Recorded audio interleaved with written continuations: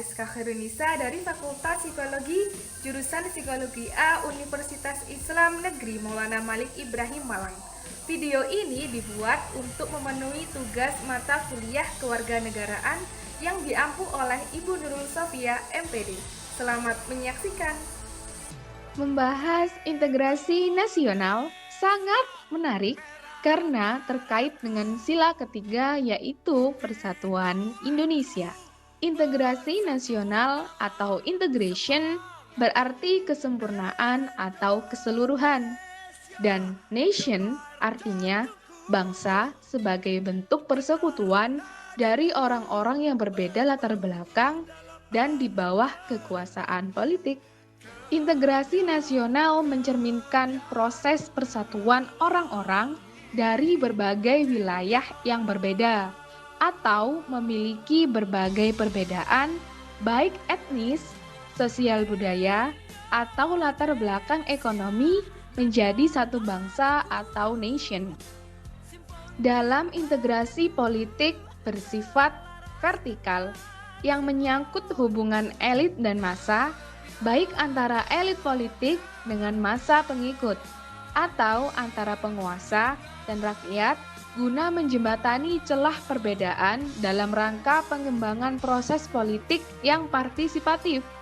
Kemudian bersifat horizontal yang menyangkut hubungan yang berkaitan dengan masalah teritorial antar daerah, antar suku, umat beragama, dan golongan masyarakat Indonesia. Dalam integrasi ekonomi berarti saling ketergantungan antar daerah dalam upaya memenuhi kebutuhan hidup rakyat, serta penghapusan hambatan antar daerah yang mampu menciptakan keterpaduan di bidang ekonomi. Lalu, integrasi sosial budaya yang merupakan proses penyesuaian unsur-unsur yang berbeda dalam masyarakat hingga kesediaan bersatu bagi kelompok-kelompok sosial budaya menjadi satu kesatuan yang meliputi ras, etnis, agama, bahasa, kebiasaan, sistem nilai, dan lain sebagainya. Lalu ada integrasi dan disintegrasi. Apa sih itu? Integrasi adalah proses penyatuan, keterpaduan antara elemen dan unsur yang ada di dalamnya.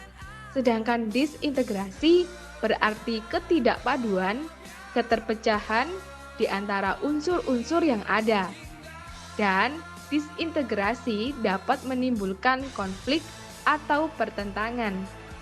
Disintegrasi memiliki banyak ragam, misalnya pertentangan fisik, perkelahian, tawuran, kerusuhan, revolusi, bahkan perang. Lalu, mengapa sih kita perlu integrasi nasional? Tentu saja, kita sebagai bangsa Indonesia perlu integrasi nasional dalam upaya membangun kesetiaan nasional dan semangat kebangsaan pada rakyat Indonesia. Kemudian, menumbuhkan kesadaran dan kemampuan untuk mengelola keragaman yang ada. Juga menuntut kita untuk berperan aktif agar dapat mencegah dominansi ekonomi, ras, suku, dan lainnya. Dan yang terpenting, dengan integrasi nasional kita telah mewujudkan cita-cita bangsa seperti dalam pembukaan Undang-Undang Dasar 1945 di alinea kedua, yang mewujudkan negara merdeka, berdaulat, adil, dan makmur. Selanjutnya, jenis-jenis integrasi menurut Myron Weiner dalam buku Ramlan Surbakti tahun 2010. Integrasi bangsa menunjuk pada proses penyatuan berbagai kelompok budaya dan sosial dalam satu kesatuan wilayah serta pembentukan identitas nasional. Integrasi wilayah menunjuk pada masalah pembentukan wewenang kekuasaan pusat di atas unit sosial yang lebih kecil yang beranggotakan kelompok sosial budaya masyarakat tertentu. Integrasi nilai menunjuk pada adanya konsensus terhadap nilai yang minimum yang diperlukan dalam memelihara tertib sosial.